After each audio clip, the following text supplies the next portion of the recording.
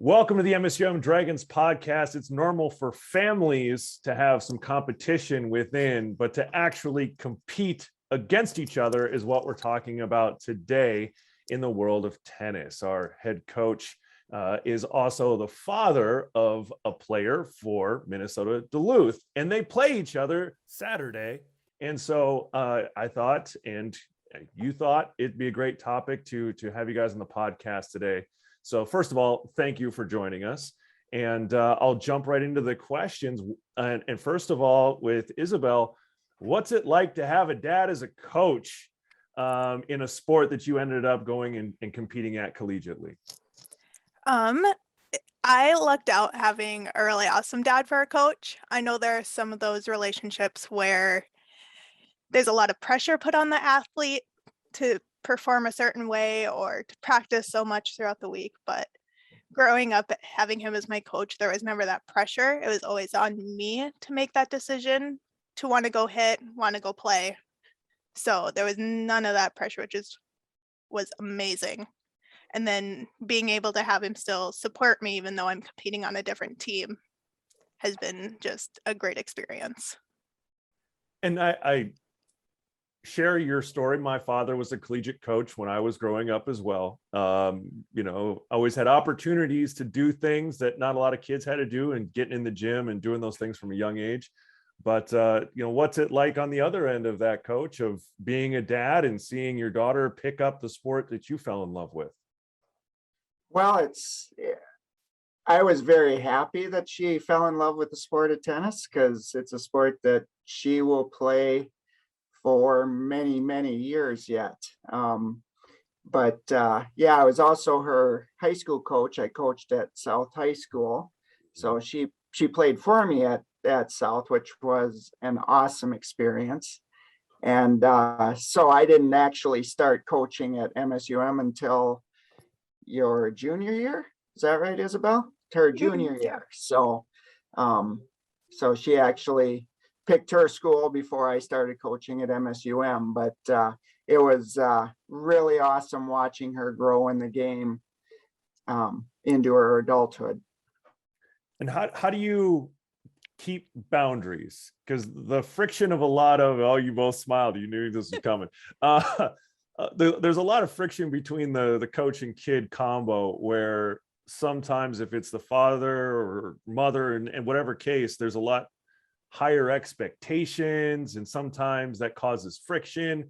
Has that ever caused friction between you guys, and how have you kind of created some maybe boundaries as you competed for him as you're in high school and now in college?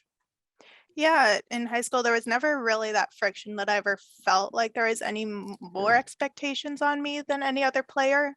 He was very good at keeping the expectations level across all players on his team. One of the only boundaries that I set once he started coaching was that he was not allowed to coach the player that I was playing against, because there's just that mental game of having someone who coached you for 6-7 years then now coaching against you. Yeah, that's got to be a little insider information. Just a little bit. And I would assume, that's how hard is that to do? How difficult and how easy is that to do? And, the etiquette of the sport is part of that too, of, just, knowing where to go and where to be. I doubt you ever root against her, even when MSUM is playing her. So how do you balance that kind of conflict of interests on the court? Well, it's just kind of, I try to compartmentalize that, where when I'm looking down at her court to see how that court's doing, I kind of turn my dad eyes on there, and then back to the court I'm at, and then back to coaching eyes. And Isabel knew this when I coached her in high school too, and I reminded her of this, that a lot of coaching in tennis, and this is the way I coach, it's about what my player can do or does, not so much what the other player is doing. Yeah, control what you can control. Right. Mindset. Yeah, a big part of the Positive Coaching Alliance stuff, and it's good. How has the sport of tennis bonded you two differently than most people don't have that shared sport piece in their relationship? How has it bonded you two as a family? Yeah, it's just always given us something common ground to talk about or do together. We've competed in a lot of tournaments playing mixed doubles together and like doing that sort of thing. And then off court throughout like professionals being able to talk about different athletes and like have those sorts of conversations too. Have you ever played against each other? I don't think so. No, not in a competitive setting anyway. Sure. Yeah. Just to reiterate what she said, I know there are other sports where parents coach their sons or daughters, but tennis is one of these rare instances where the parent and the son or daughter can compete together in the same event and on the same team. Yeah, it's fascinating. I grew up as a golfer. My dad played with his dad in golf tournaments back home. And when my grandfather passed away, my dad and I then played in these golf tournaments together. So it's one of those things, and tennis is very similar to sports that you can play long after the highest level of collegiate possibilities or professional possibilities come into play. It's something you can do for a very long time, and it's a wonderful sport. It's an intimidating sport, as I've rarely stepped on the court and tried to return a serve from one of our Dragons. I'm sure the Bulldogs have quite good serves as well, not disparaging anybody here, but that parent player and coach relationship is so unique, and it causes a lot of positives and negatives. But what is one lesson I think each of you have learned as the child and the coach parent in that relationship, that you would tell someone kind of in a similar place of trying to teach? I've got two daughters that I hope to maybe coach someday in different ways. What's advice that I guess you would have for me, Coach? And what would be some advice you'd give to my daughters, Isabel? Well, I guess, and I hope Isabel would agree with this, that I never put too big of an emphasis on the quality of her performances or on wins and losses. I just wanted to see her enjoy the sport. And that was the big thing. And like she said before, it was one of those things that I have Isabel's brother plays as well. And that was one rule we had at home, that I never approached them to play tennis or to go out and hit. They had to approach me. And I would just say not to put too big of an emphasis on their performance, to say, and hopefully I've done that. Yeah, one of the things I always try to think about is what is the definition of a win? You mark down the score and all those sorts of things, but to see someone play their best, that's a win too, even though the score might not reflect that. I mean, that other person might be better that day and gives you some ideas of things to work on and improve at, but it's a win if you just did your best, gave a great effort, and sometimes you come up short, it's still a win. And try to manage those losses, as they come and as learning opportunities. But Isabel, what is your advice for my 5-year-old daughter as I just signed her up for tennis lessons this summer? Yeah, as someone, if your parent is your coach, just know that even though they're coaching you, they are your biggest supporter out there too.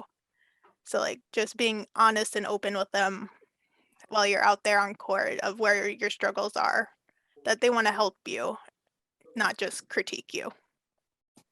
Yeah, how do you find that balance of, as a player, when your coach is also your biggest supporter, and they give you that criticism or critique, and how do you kind of handle that? I know when my father I got to a certain age where I thought I knew everything. I don't know if this ever happened with you guys, But this is my story where my dad would tell me to do one thing and I would just be like, you don't know what you're talking about. I can kick your butt. And we grew past that. I grew out of that, I should say. And we've come to enjoy the sport together. So how do you kind of balance that criticism from coach, and yet do you just naturally follow that up with you can, like, that cheerleader parentism? Yeah, that was a lot of what he was able to do with me in high school, was like balancing support with critique. And then just also like not taking it too personally when I chose to ignore him half the time in those moments of strong-headedness. Now the real I have truth to learn my comes out. lesson. There we go. You got to learn the lesson that they actually know what they're talking about by not listening and then failing. Yeah, I would say my experience is very similar, but it's great to see you not fail and you have the success that you're having at UMD, although it is not MSUM, and you know, we have a lot of friends up there that are Bulldogs as well. But we have you guys coming together this Saturday, and I know the weather is playing a little tricks on you're traveling and spending some extra time together. But you know, what is Saturday like for both of you when you're competing against each other, and possibly for one of the last few times? Yeah, for me, it's a lot of fun. I look forward to just competing a lot, and then having my dad be able just to watch one of my few matches that he actually gets to sit and watch, because other weekends he's off. Who knows where coaching when we're traveling. So it's one of the few matches he actually gets to watch. And for me, it's like she said, it's a lot of fun to just kind of sit back and watch her match. And even though I only see a few points here and there, but it's also important to understand that the particular Dragon who's playing her understands that the assistant coach will have her match that day and be doing the coaching. But I must admit, my players understand that as well, and they've been very supportive as far as that goes too. That's awesome. And it's fun because I'll be there as a neutral party putting on the broadcast, and I'll get to be able to see all these dynamics at play in the real world. So just wanted to say thank you to both of you for joining us in the podcast today, sharing a little bit of your story and this wonderful interaction and relationship you have across the league, you know, and for obviously a lifetime in the sport of tennis. So thank you for joining us in the podcast today. Thank you. Thank you.